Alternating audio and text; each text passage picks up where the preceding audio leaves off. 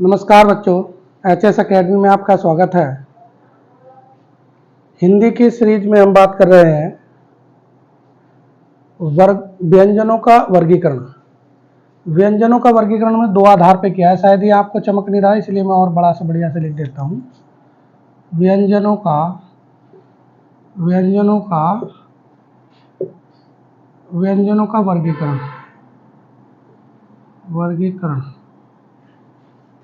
व्यंजनों का वर्गीकरण। ये हम व्यंजनों का वर्गीकरण की बात कर रहे हैं आज। इससे पहले हमने वर्णमाला में कितने वर्ण होते हैं, वामन कैसे होते हैं, स्वर कितने होते हैं, व्यंजन कितने होते हैं, कंठ के आधार पर कौन से बोले जाते हैं, इस तरीके की सारी बातें कर ली हैं। आज हम उसी कड़ी में आगे चल के बात कर रहे हैं कि व्यंजनों को और बांटा जाता है दो प्रकार से। ये कौन से भिन्न प्रकार हैं? प्राण या वायु या उच्चारण के आधार पर। यानी कि वायु जो निकलती है, उच्चारण जो हम करते हैं, उच्चारण करते समय जो हमारे कंठ से बाहर, मुंह से बाहर वायु निकलती है, उस आधार पर हम दो प्रकार से बांटते हैं। एक अल्प प्राण है, एक महाप्राण है। प्राण का यहाँ अर्थ इससे पहले प्रश्न पूछा जा चुका है। प्राण का अर्थ यहाँ वायु से लगाया जाता है, तो प्राण का मतलब होगा यहाँ पर वायु या उच्चारण। दूसरा प्रकार से मैंने यहीं पे बांटा है स्वर या घोषत्व के आधार पर। स्वर या घोषत्व के आधार पर, यानी कि अगर हम बोले, घोष करें, उद्घोष समझते हो? घोष बोलना, ध्वनि करना, उच्चारण, किसी चीज को घोष करना, उसके आधार पर दो प्रकार से हम कह सकते हैं। वो कौन कौन से प्रकार होंगे? दो ही प्रकार तो प्राण और वायु के हैं। प्राण वायु या उच्चारण के स्थान पर, यानी अल्प प्राण और महाप्राण। और वैसे ही दो प्रकार हैं अघोष या सघोष। ये दो प्रकार हैं। तो मैंने इनको सारों को एक ही स्थान पे, एक ही पेपर पे क्यों जगह दी है या ब्लैक बोर्ड पे एक ही साथ क्यों किया है? अक्सर जब हम अल्प प्राण महाप्राण पढ़ते हैं एक साइड अलग, फिर नेक्स्ट टाइम या आगे समय पढ़ते हैं या नेक्स्ट पेपर पे पढ़ते हैं अघोष और सघोष। तो मेरा अपना पढ़ने का तरीका ये है, मैं आप अच्छा लगे तो आप भी इसे कर सकते हैं, वरना तो अलग अलग लिख सकते हैं। इनमें कन्फ्यूजन ना हो इसलिए मैं पहले इस सारों को एक स्थान पर लग देता हूँ, एक पेपर पे लिख देते हैं। लिखे अल्प प्राण में कौन से होते हैं, महाप्राण में कौन से होते हैं, अघोष में कौन से हैं, सघोष में। इससे पहले आपको एक बात जरूर समझनी पड़ेगी कि भाई वर्गीय व्यंजन जो होते हैं, आपने वर्गीय व्यंजन की हमने चर्चा करी थी। वर्गीय व्यंजन कितने थे? वर्गीय व्यंजन थे हमारे 25। ये 25 जो होते हैं, कटच तप, मैंने उस दिन आपको बताया था कचट तप, क वर्ग, च वर्ग, ट वर्ग, ट वर्ग और प वर्ग। हर एक वर्ग में 5-5 वर्ण हैं। उन पांचों वर्णों का ही आज जो हम चर्चा कर रहे हैं, तो उन्हीं की हम बात करेंगे कि वो कहाँ कहाँ से बोल जाते हैं। अल्प माने कम। अब यहाँ से अर्थ समझ लें, क्योंकि क्वेश्चन कैसे आएगा उस बात को पहले समझे। ये सारा किताबों में लिखा हुआ है, भिन्न भिन्न किताबों में भिन्न भिन्न प्रकार से लिख रखा है। जैसे उसके राइटर ने अच्छा समझा है वैसे वैसे किताबों में दिया है।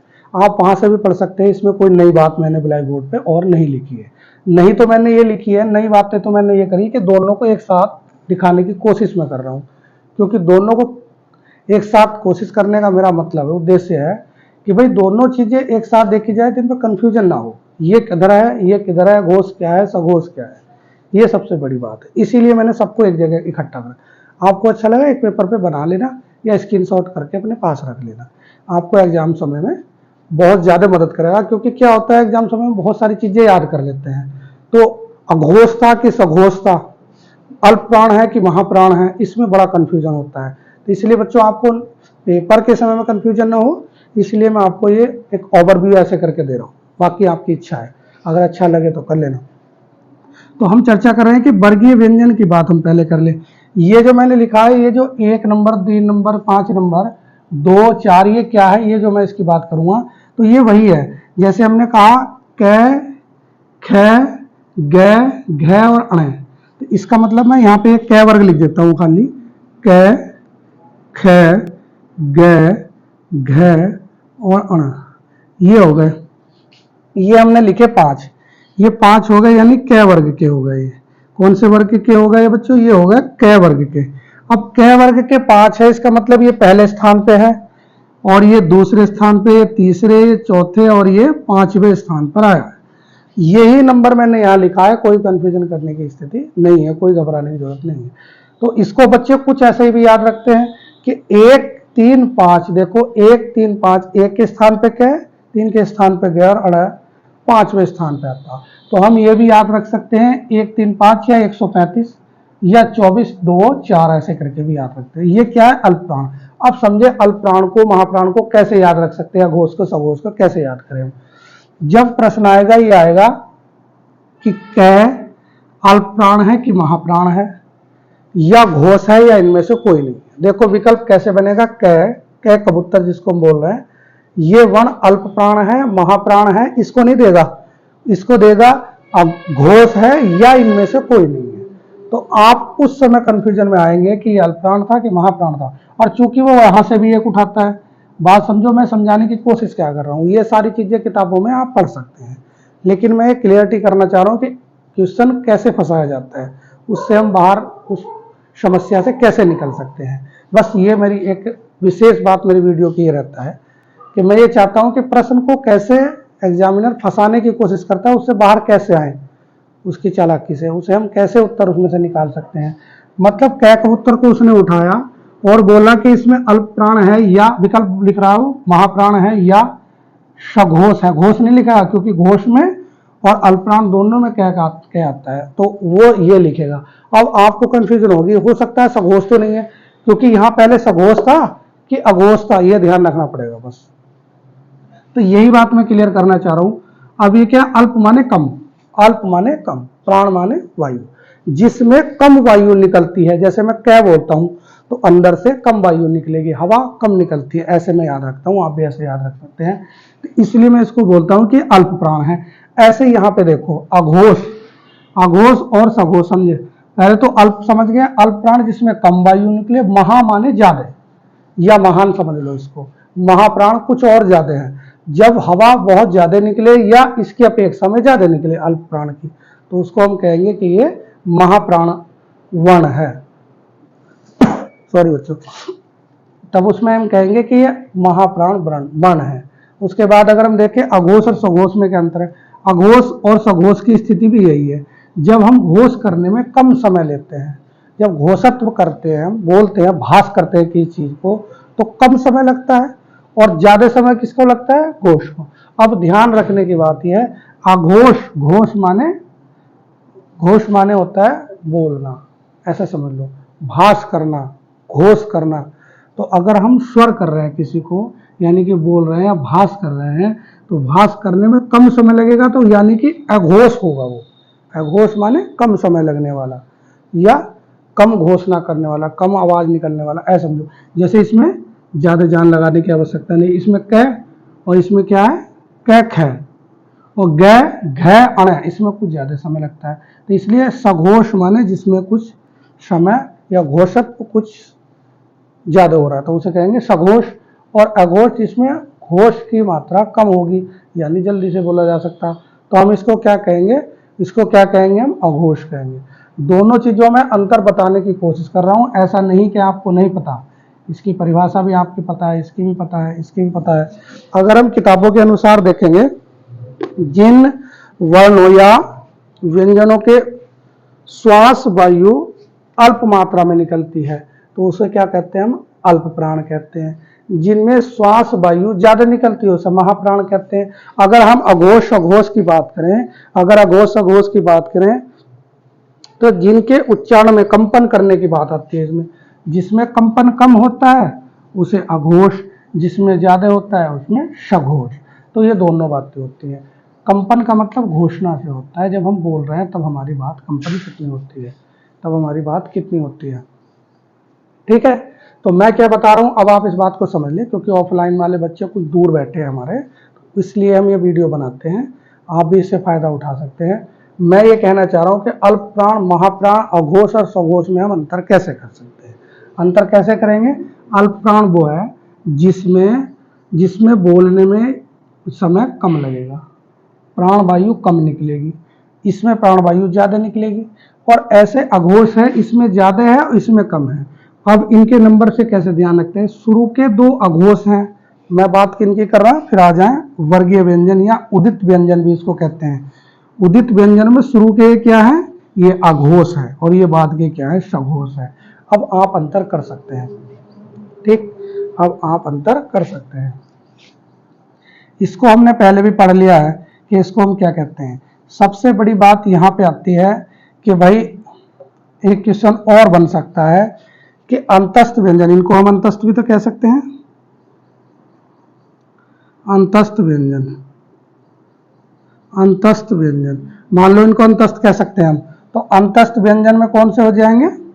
ये अंतस्थ हो गया, ए लिख दे देता हूं, कोई बात नहीं। यह र ल व, तो यह र ल व कैसे हैं? अल्प प्राण। देखो इसमें ज्यादा समय नहीं लगता है, तो यही बात हम यहां पे ध्यान रख सकते हैं। सघोष में श, पेचरस है, छोटा स है, इसमें समय ज्यादा लगता है, घर्षण भी ज्यादा होता है, ये संघर्षी भी हैं, ये महाप्राण भी हैं, तो आप इनको भी ध्यान रख सकते हैं। तो इसको हम क्या कहते हैं?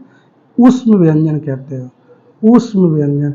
ध्यान रखें, ऐसे ऊष्म ठीक है, ऐसे वाला ऊष्म गलत है बच्चों।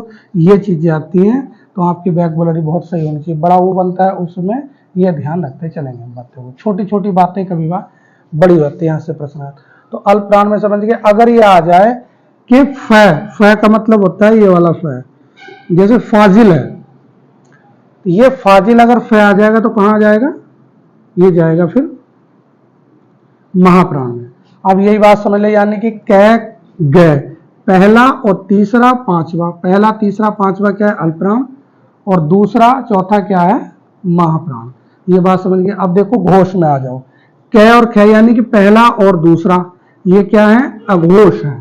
और सघोष क्या है? ग, घ और अण।